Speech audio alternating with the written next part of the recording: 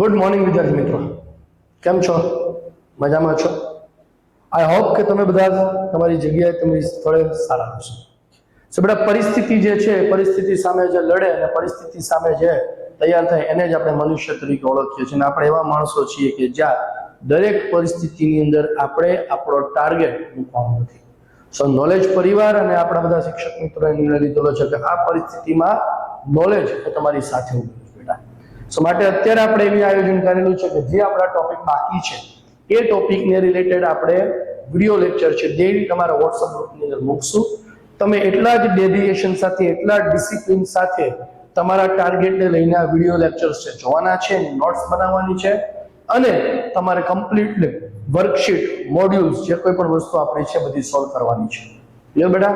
So I hope કે તમે આ વિડિયોને વ્યવસ્થિત રીતે જોઈ પૂરેપૂરું વ્યવસ્થિત સમજશો. ના ખબર પડે તો તમે મેસેજ કરીને અથવા તો કોલ કરીને સમજી શકો છો. ઓકે, ચલો નાઉ કમ ટુ ધ આપણે પોઈન્ટ બેટા. લાસ્ટ લેક્ચરની અંદર આપણે ડિસ્કસ કરેલું હતું કે આવા વીજ ચુંબકીય વિકિરણો છે એ વીજ ચુંબકીય વિકિરણો એ કેવા પ્રકારનો સ્વભાવ ધરાવે છે. તો આપણે વાત કરી હતી કે આ વીજ ચુંબકીય વિકિરણો એ દ્વૈત સ્વભાવ એટલે કે શું? તો કે આવા વીજ ચુંબકીય વિકિરણો એ કણ પ્રકૃતિ અને તરંગ પ્રકૃતિ એમ બંને પ્રકારની પ્રકૃતિ ધરાવે છે. અને આવી પ્રકૃતિ સમજવા માટે કાળા પદાર્થનું વિકિરણ અને ફોટો ઇલેક્ટ્રિક અસર આપણે ડિસ્કસ કરી હતી. ફોટો ઇલેક્ટ્રિક અસરના કેટલાક એક્ઝામ્પલ્સ એ આપણે હોમવર્કમાં તમને આપેલા છે. Clear? Now come to the next. આપણે વાત કરવાની છે બોહરની અભિધારણાઓ, એટલે કે બોહર મોડલની ચર્ચા કરવાની છે. એટલે કે બોહરની અભિધારણા આપણે ચર્ચા કરવાની છે. ક્લિયર છે બેટા? સો અકોર્ડિંગ ટુ બોહર, પહેલી વસ્તુ કે બોહરની અભિધારણા, તો બોહરનો જે પરમાણ્વીય નમૂનો છે એ માત્ર એક જ ઇલેક્ટ્રોન ધરાવતી સ્પીસીસ માટે લાગુ પાડી શકાય છે. બોહરની અભિધારણા અથવા તો આ નમૂનો, બોહરનો નમૂનો એ માત્ર એક જ ઇલેક્ટ્રોન ધરાવતી સ્પીસીસને લાગુ પડે છે. દાખલા તરીકે hydrogen atom, helium +1, lithium +2, beryllium +3, boron +4, આ બધા જ એવા છે કે જેની પાસે માત્ર ને માત્ર એક જ ઇલેક્ટ્રોન છે, એકથી વધારે ઇલેક્ટ્રોન નથી. એટલે કે અહીંયા હિલિયમ પાસે 2 ઇલેક્ટ્રોન, પણ હિલિયમ +1 1 ઇલેક્ટ્રોન. લિથિયમ +2, લિથિયમ પાસે 2 ઇલેક્ટ્રોન, લિથિયમ પાસે 3 ઇલેક્ટ્રોન, પરમાણુ ક્રમાંક એનો 3, પણ લિથિયમ +2 એટલે એની પાસે એક જ ઇલેક્ટ્રોન છે. બેરિલિયમનો પરમાણુ ક્રમાંક બેટા કેટલો છે? 4, પણ બેરિલિયમ +3 એટલે કેટલા ઇલેક્ટ્રોન થશે? એક જ ઇલેક્ટ્રોન થશે. સો આ એના માટે લાગુ પડે છે કે જેની પાસે માત્ર ને માત્ર એક જ ઇલેક્ટ્રોન છે. એકથી વધારે ઇલેક્ટ્રોન ધરાવતી સ્પીસીસ માટે આ લાગુ પડશે નહીં. ક્લિયર છે? ચલો, આની કેટલીક અભિધારણાઓ છે, કદાચ પરીક્ષાની અંદર પૂછવું હોય તો 3 માર્ક્સનો પ્રશ્ન છે બોહરની અભિધારણા વિશે લખો એવો પૂછાય. બાકી મેજોરિટી છે બેટા આ ન્યુમેરિકલ્સ છે, દાખલાકીય છે. એટલે ન્યુમેરિકલ્સ આના માટે મહત્વના છે. સૂત્ર આવડવા જોઈએ ને આપણે JEE ની અંદર. આ સૂત્રનું ડેરિવેશન ઇમ્પોર્ટન્ટ એટલા માટે છે કે ફોર્મ્યુલાને વચ્ચેથી કેવી રીતે ડિરાઈવ થયો છે એના MCQ પૂછાયેલા છે. આપણે PYQ ની અંદર ડિસ્કસ કરશું. ક્લિયર છે? ચલો, સો અભિધારણામાં સૌથી પહેલી અભિધારણા છે એ ઇલેક્ટ્રોન માત્ર એવી જ કક્ષામાં પરિભ્રમણ કરે છે જ્યાં તેની ઉર્જા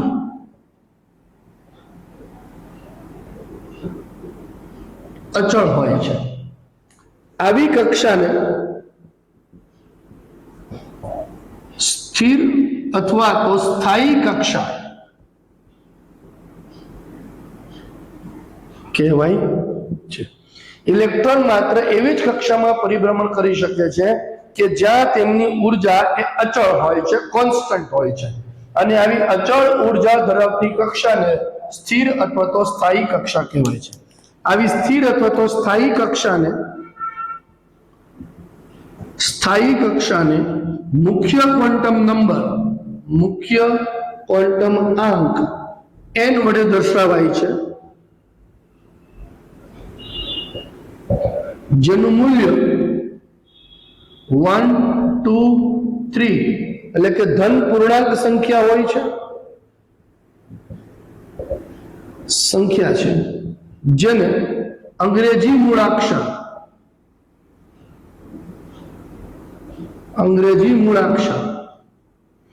capital K L M N વડે દર્શાવાય છે.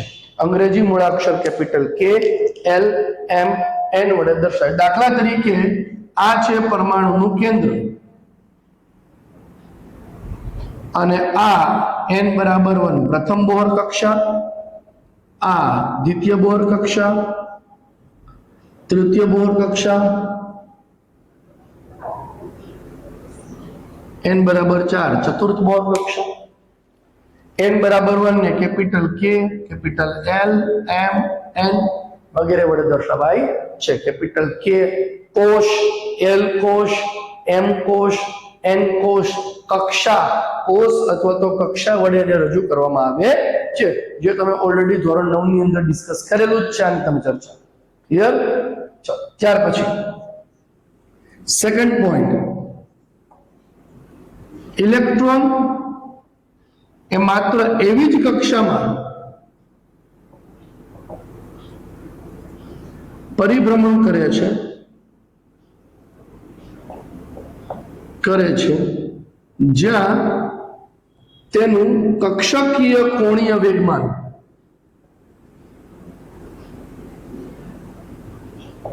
mvr એ nh/2π ના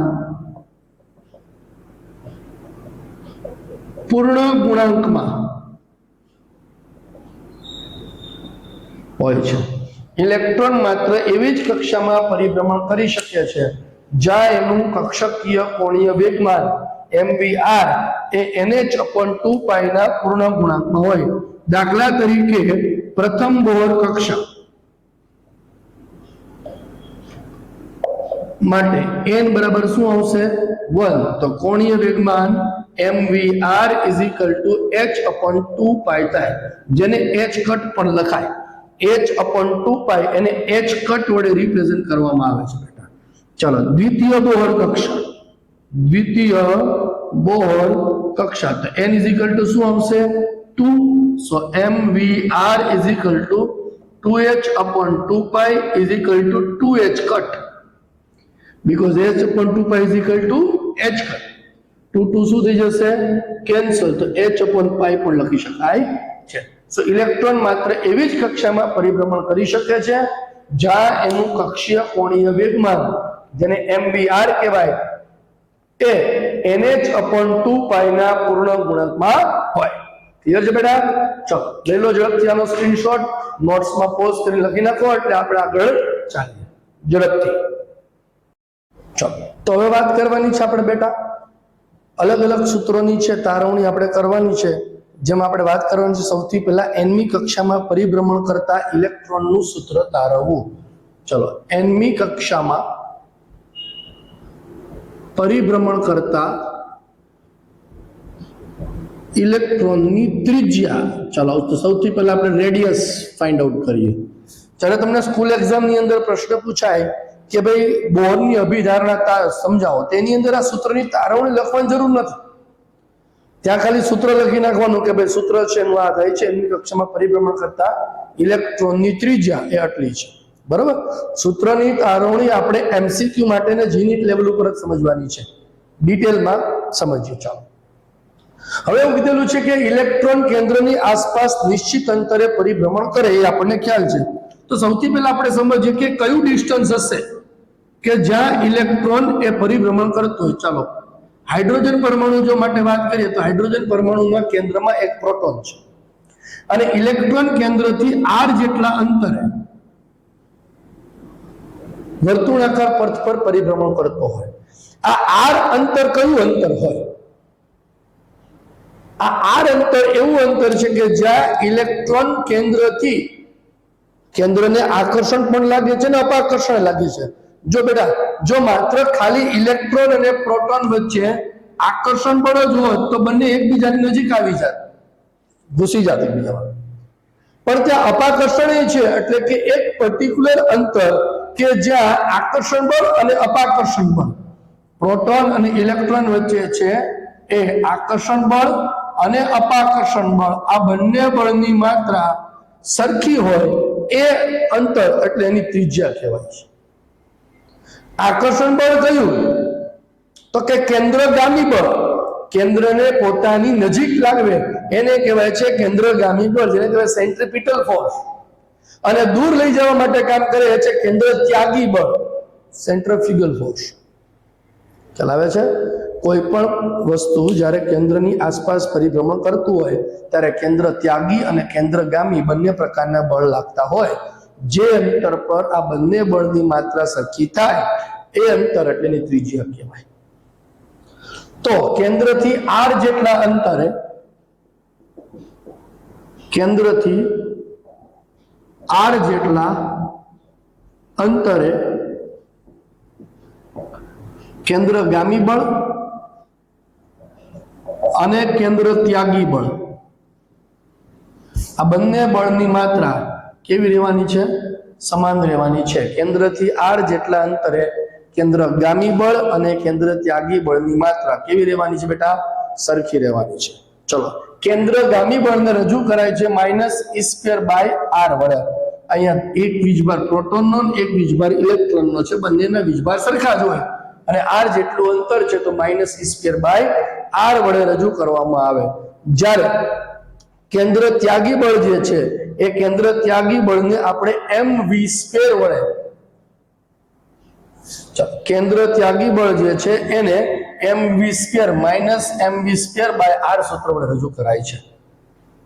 ચલો, અહીંયા e²/r² કેન્દ્ર ત્યાગી કેન્દ્રગામી નજીક ઇલેક્ટ્રોનને કેન્દ્રની નજીક લાવવા માટે જે આકર્ષણ બળ છે, આકર્ષણ બળ છે એ કેન્દ્રગામી છે, અને કેન્દ્રથી દૂર લઈ જવા માટે જે કામ કરે છે કેન્દ્ર ત્યાગી. કેન્દ્રગામી બળની માત્રાને -e²/r² સૂત્ર વડે, કેન્દ્ર ત્યાગી બળને -mv²/r ફોર્મ્યુલા વડે રિપ્રેઝન્ટ કરાય છે. ક્લિયર છે બેટા? ચલો, જેટલી વસ્તુ આની અંદર કટ થાય આપણે એટલી વસ્તુ કટ કરી દઈએ એટલે આ શું થઈ જશે? અહીંથી કેન્સર. બરોબર? ચલો, આ r સામેની બાજુ જાય તો e² = mv², r²/r, r એ શું થઈ જશે? કેન્સલ. સો e² = mv² * r. v² ને સબ્જેક્ટ કરીએ બેટા તો v² will be e²/mr formula આપણે લખી શકીએ છીએ. ચાલો, શું લખ્યું અહીંયા આપણે? તો કે આપણે અહીંયા લખ્યું v² = e²/mr. ચલો, હવે આપણને બોરની અભિધારણાની અંદર ખબર છે કે કોણીય વેગમાન mvr = nh/2π વડે રિપ્રેઝન્ટ કરીએ છીએ. ચાલો, શેના વડે આપણે રિપ્રેઝન્ટ કરીએ છીએ? mvr = nh/2π વડે રિપ્રેઝન્ટ કરીએ. ચલો, v ને અહીંયા સબ્જેક્ટ કરીએ તો v = શું લખશું આપણે? nh/2π mr, nh/2π mr. આને આપણે સ્ક્વેર કરીએ તો v² will be શું લખશું આપણે? n² h² divided by 4π² into m² into r². ચાલો, ફરીથી શું કર્યું આપણે? એક v² = મળે છે e²/mr. કોણીય વેગમાનના સૂત્રમાં mvr = nh/2π છે. v ને સબ્જેક્ટ કરશું તો nh/2π mr થશે. આનો સ્ક્વેર કરીએ તો v² = n² h²/4 π² m² r² થાય. બરોબર? આને હું આપી દઉં છું ઇક્વેશન નંબર 1. આને કહી દે બેટા ઇક્વેશન નંબર 2. ઇક્વેશન 1 અને 2 ને આપણે શું કરીએ? કમ્પેર કરીએ. તો કમ્પેર કરીએ તો શું લખાશે? e²/mr = n² h²/4 π² m² r² formula થાય. ક્લિયર છે? ચલો, મારે r સબ્જેક્ટ કરવો છે તો r ને સામેની બાજુ લઈ આવું એટલે r² થઈ જશે. e² સામેની બાજુ ભાગાકારમાં, m સામેની બાજુ ગુણાકારમાં, ડિવાઇડેડ બાય અહીંયા થશે r.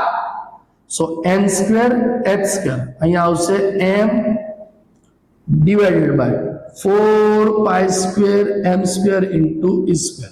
ચાલો જેટલી વસ્તુ કટ થાય એટલે બેટા કટ કરી દઈએ. r સ્ક્વેર r કટ થઈ જશે, m અને m સ્ક્વેર કટ થઈ જશે. તો ફાઇનલ ફોર્મ્યુલા આપણને શું મળે છે?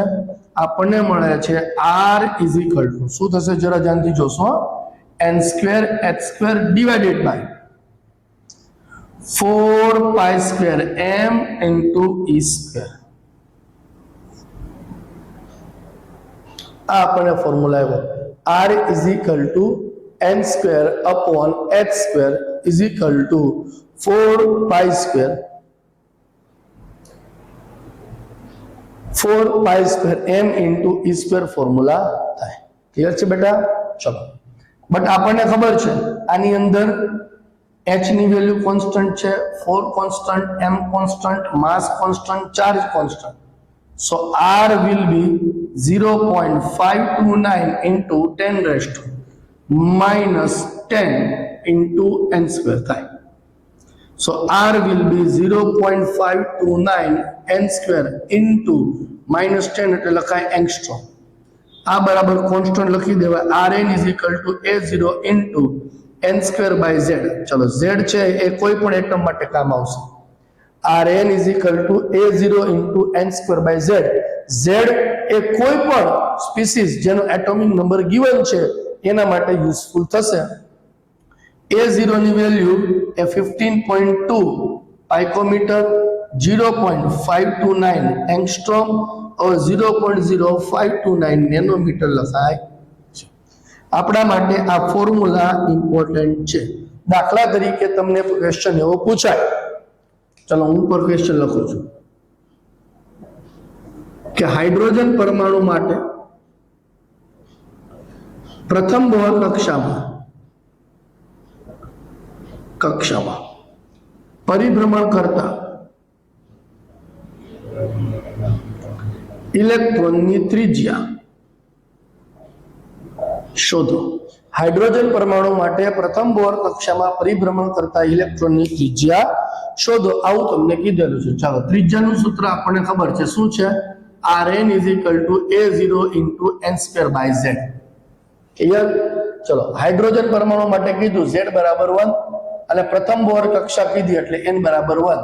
So r1 will be a0 into 1 square divided by 1. So r1 is equal to a0 is equal to 52.9 picometre થાય. પડી ખબર? ફોર્મ્યુલાનું ડેરિવેશન બહુ ઇમ્પોર્ટન્ટ નથી, બટ આ ફોર્મ્યુલા છે એ આપણા માટે ઇમ્પોર્ટન્ટ છે. rn is equal to n square upon z square divided by 4 pi square m into e square. Clear છે વસ્તુ? ચલો, તો આ વાત થઈ આપણે આની રેડિયસ. હવે વાત કરશું આપણે એનર્જીની. એની વાત કરીએ એની પહેલા એકવાર સ્ક્રીનશોટ લઈ લો અને નોટમાં લખી નાખો એટલે આપણે આગળ ચર્ચા કરશું. ઓકે, ચલો હવે વાત કરવાની છે એની કક્ષામાં પરિભ્રમણ કરતા ઇલેક્ટ્રોનની ઊર્જા. તો ટાઈમ બચે એટલા માટે પહેલેથી મેં મારા બોર્ડ પર લખેલું છે. આપણે એને ડિટેલમાં એક્સપ્લેન કરતા જઈએ છીએ. ફરી પાછું કહું છું કે ફોર્મ્યુલાનું ડેરિવેશન કેવું થયું એ બહુ ઇમ્પોર્ટન્ટ નથી, ખાસ કરીને નીટના સ્ટુડન્ટ્સ માટે. તો ખાસ જેઈના સ્ટુડન્ટ્સ માટે વચ્ચેથી એમસીક્યુ છે પૂછાય છે એટલા માટે આપણે ડેરિવેશન એક્સપ્લેન કર્યું છે.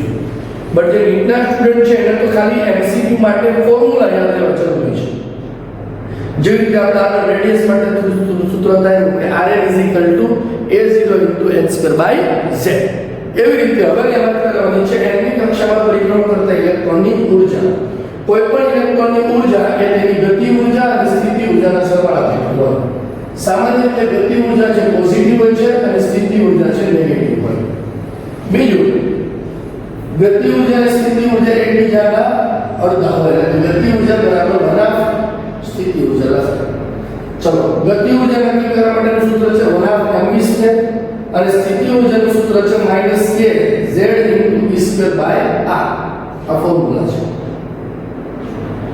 સો બંનેની કિંમત જો ઉપરના સમીકરણમાં આપણે મૂકીએ કે કાઇનેટિક એનર્જી બરાબર કુલ એનર્જી બરાબર ગતિ ઊર્જા ऊर्जा प्लस स्थिति ऊर्जा, गति ऊर्जा के 1/m², स्थिति ऊर्जा के -kZe²/r।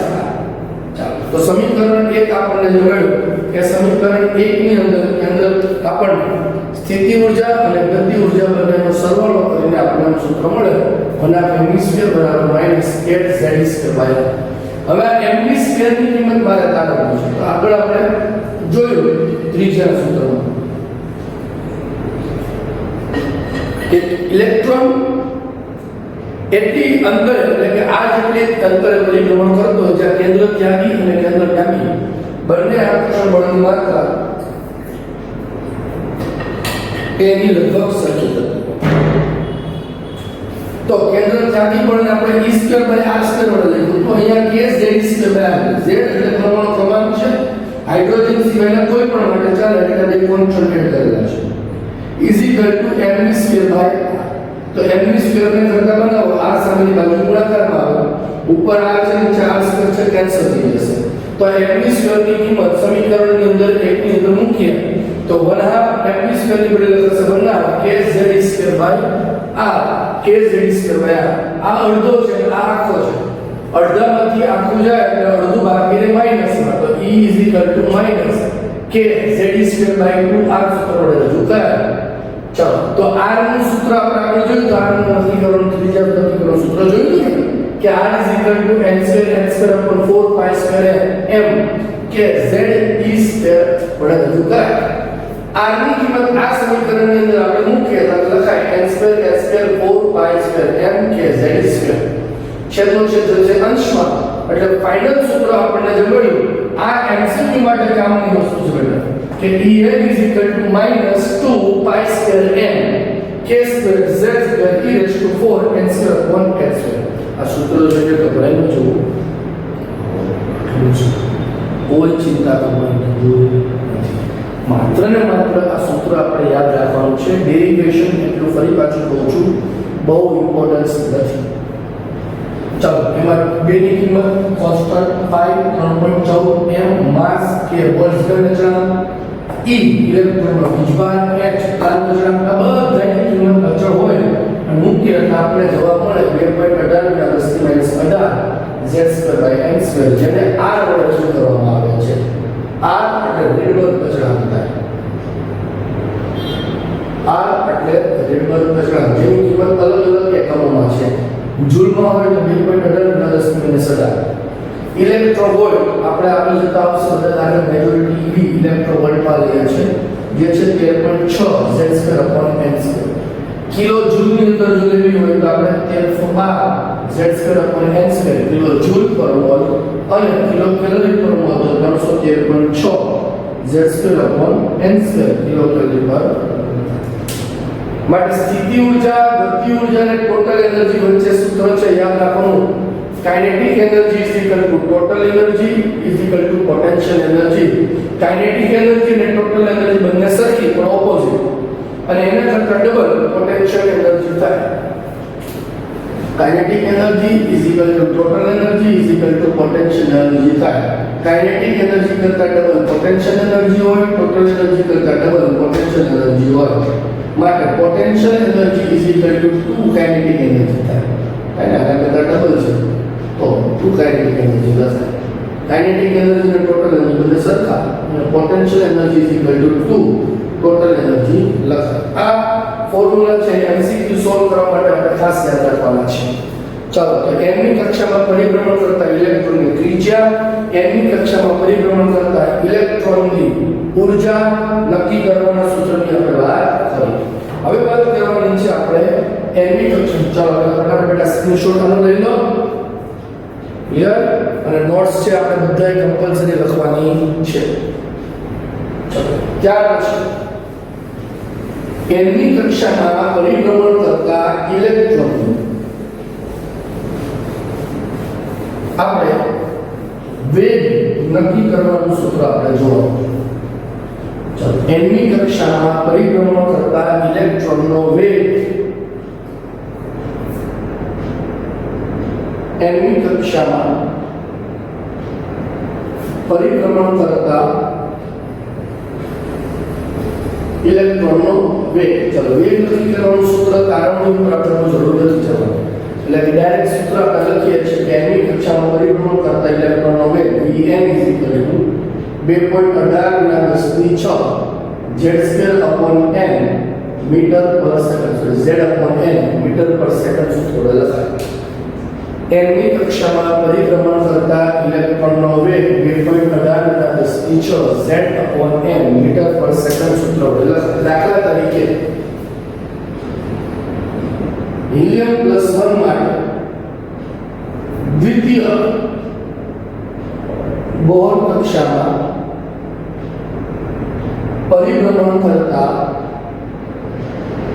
ઇલેક્ટ્રોનનો વેગ શોધો. n ની કક્ષામાં પરિભ્રમણ કરતા ઇલેક્ટ્રોનનો વેગ શોધો, આવું તમને કીધેલું છે. ચાલો, કોના માટે કીધેલું છે? તો કે હિલિયમ +1 માટે. હિલિયમ +1 માટે કીધું એટલે z કેટલા આવશે? 2 અને n પણ કેટલા આવશે? 2, એટલે દ્વિતીય બોહર કક્ષાની છે.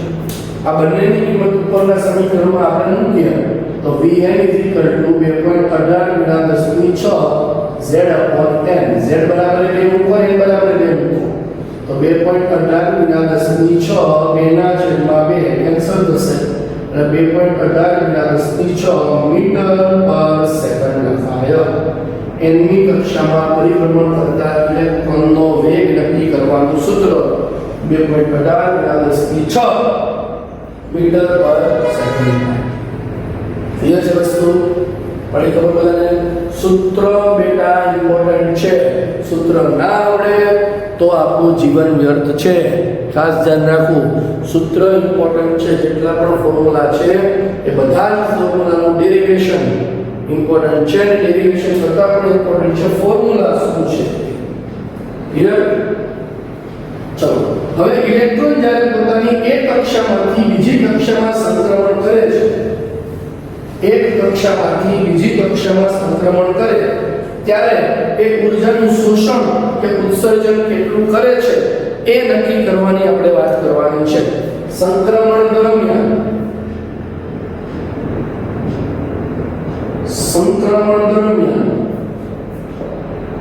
ઊર્જાનું શોષણ કે ઉત્સર્જન નક્કી કરવાનું છે. જ્યારે ઇલેક્ટ્રોન નીચલા શક્તિ સ્તરમાંથી ઉપરના શક્તિ સ્તરમાં જાય, નીચેથી ઉપર જાય ત્યારે શોષણ કરે અને ઉપરથી નીચે આવે ત્યારે શું કરે બેટા? ઉત્સર્જન કરે. ધારો કે ઇલેક્ટ્રોન આ પરમાણુનું કેન્દ્ર છે અને પ્રથમ કક્ષા એટલે કે ni માંથી ઇલેક્ટ્રોન એ nf ની અંદર સંક્રમણ કરે છે.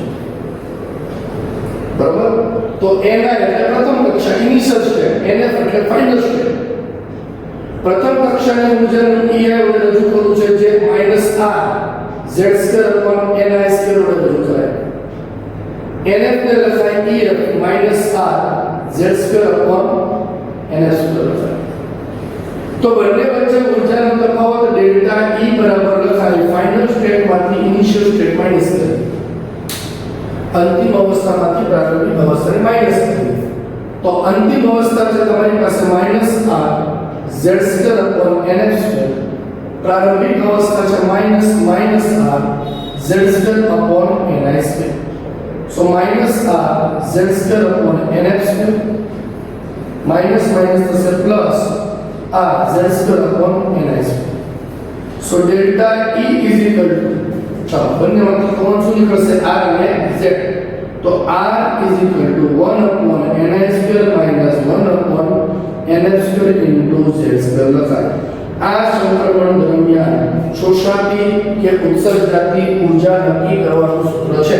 દાખલા તરીકે તમને એવું પૂછાય કે ઇલેક્ટ્રોન n = 5 થી n = 2 માં સંક્રમણ કરે ત્યારે હાઇડ્રોજન પરમાણુ માટે ઊર્જા શોધો. આવું તમને કીધું છે. ચાલો, 5 થી 2 બરાબર છે એટલે કે પ્રારંભિક અવસ્થા 5 થઈ, અંતિમ અવસ્થા 2 થઈ. હાઇડ્રોજન પરમાણુ માટે z = 1 તો સંક્રમણ દરમિયાન ઊર્જા નક્કી કરવા માટેનું સૂત્ર છે કે delta E R 1/ni² minus 1/nf² into z². R ની કિંમત 2.18 × 10⁻18 જૂલ માટે આપણે વાત કરી છે. ચલો ni ક્યાંથી શરૂઆત થાય છે? 5 થી. 5 નો વર્ગ 25. nf ક્યાં થાય છે? 2 માં. 2 નો વર્ગ 4. કોના માટે છે? હાઇડ્રોજન. હાઇડ્રોજન માટે z 1 એટલે કે 2.18 × 10⁻18 ગુણ્યા આનો લસાઅ લઈએ 4 - 25 એટલે -21 છેદમાં 25 ચોક 100. આનું સાદુરૂપ આપીએ એટલે ડેલ્ટા E બરાબર -2.18 ગુણ્યા 21 એને ગુણ્યા -100 છે ઉપર જશે એટલે આ 10 થી 2 ઉપર જશે તો -2 10 ની -20 જૂલ લખાય. ઊર્જાનું મૂલ્ય નેગેટિવ આવ્યું એ દર્શાવે છે કે સંક્રમણ દરમિયાન ઊર્જા ઉત્સર્જન પામે છે.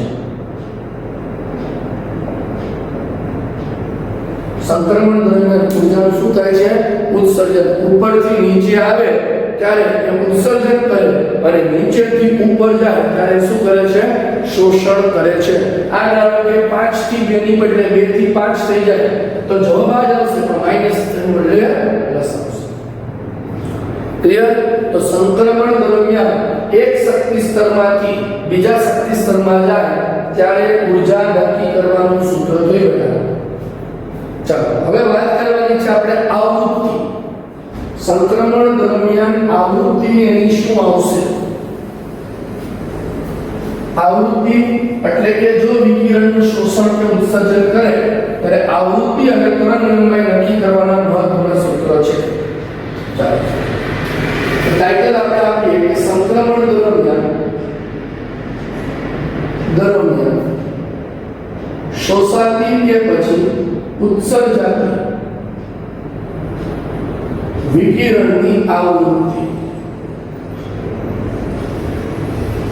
ચાલો તો સંક્રમણ માટે સૂત્ર છે કે delta E R 1/ni² minus 1/nf² into z² સૂત્ર છે.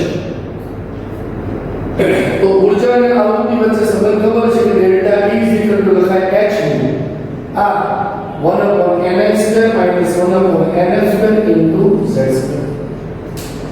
આવૃત્તિને કરતા બનાવો તો μ લખાશે r/h 1/ni² minus 1/nf² into z². ચલો આ વિડબર્ગ અચળાંકની કિંમત 2.18 × 10⁻18 h 6.624 × 10⁻34 પ્લાન્ક અચળાંક બરાબર ને 1/ni² minus 1/nf² into z².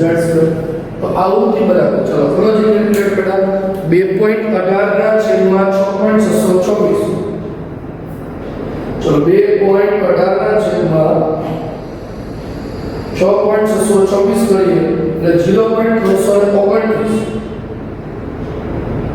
એને ગુણ્યા -34 છે ઉપર જશે એટલે +34 થશે. 34 માંથી 18 જાય એટલે 16 1/ni² minus 1/nf² into z². સો આવૃત્તિનું સૂત્ર 3.29 ગુણ્યા 10⁻15 ni² minus nf² into z² થાય. સંક્રમણ દરમિયાન શોષાતી કે ઉત્સર્જાતી વિકિરણની આવૃત્તિ નક્કી કરવા માટેનું સૂત્ર છે. સંક્રમણ દરમિયાન શોષાતી કે ઉત્સર્જાતી વિકિરણની આવૃત્તિ નક્કી કરવાનું સૂત્ર. આવૃત્તિ હોય તેવી રીતે તરંગલંબાઈ પણ હોય. ચાલો સંક્રમણ દરમિયાન શોષાતી કે ઉત્સર્જાતા વિકિરણની તરંગલંબાઈ નક્કી કરવાનું સૂત્ર μ જોયું કે μ 3.29 ગુણ્યા 10⁻15 1/ni² minus 1/nf² into z² છે. ચલો આવૃત્તિ અને તરંગલંબાઈનો સંબંધ ખબર છે. μ c/λ 3.29 10⁻15 1/ni² minus 1/nf² into z². તો 1/λ c પ્રકાશનો વેગ સામેની બાજુ ભાગાકારમાં જતો રહે તો 3.29 ના છેદમાં 3.29 × 10⁻15 c 10 પ્રકાશનો વેગ 3 ગુણ્યા 10 ની 8 1/ni² minus 1/nf² into z² થાય. તો 3.29 ના છેદમાં 3 કરીએ એટલે 1/લેમ્બડા 3.29 ના છેદમાં 3 કરો એટલે 1.09 ની આસપાસ જવાબ આવશે તમારો. 1.09 10 ની 8 ઘાત છે ઉપર જશે તો -8 15 માંથી 8 જાય તો કેટલા થાય? બોલો ભાઈ 15 માંથી 8 જાય તો કેટલા થાય? તો કે 7 થાય. 10 ની 7 ઘાત 1/ni² minus 1/nf² into z² થશે. ક્લિયર છે? તો બેટા ચાલો તો આ તમને મળ્યો તરંગ લંબાઈનો વ્યસ્ત. અને તરંગ લંબાઈના વ્યસ્તને શું કહેવાય? તો કે તરંગ લંબાઈના વ્યસ્તને કહેવાય તરંગ સંખ્યા. શું કહેવાય પ્રભુ? તરંગ સંખ્યા. જેને કહે છે ન્યૂટન ઇઝ ઇક્વલ ટુ 1/લેમ્બડા 1.0 નો ગુણ્યા 10 ની 7 1/ni² 1/nf² ઇન્ટુ z². એકમ આવશે આનો મીટર ઇન્વર્સ. ક્લિયર છે વસ્તુ? તો આ થઈ ગયા તમારા બોહરની અભિધારણાના તમામ પ્રકારના સૂત્રો. સૂત્ર મહત્વના છે, સૂત્રની લિસ્ટ લખવી. આજના દિવસની અંદર જેટલું પણ ચાલ્યું છે દરેકના સૂત્ર તૈયાર કરવા. આવતીકાલના લેક્ચરની અંદર આપણે આના રિલેટેડ ટેક્સ્ટ બુકના જેટલા એક્ઝામ્પલ છે એ સોલ્વ કરશું. આવતીકાલે ટેક્સ્ટ બુક અને કેલ્ક્યુલેટર સાથે રહેશો. ત્યાં સુધી વિડિયોને વ્યવસ્થિત વાંચો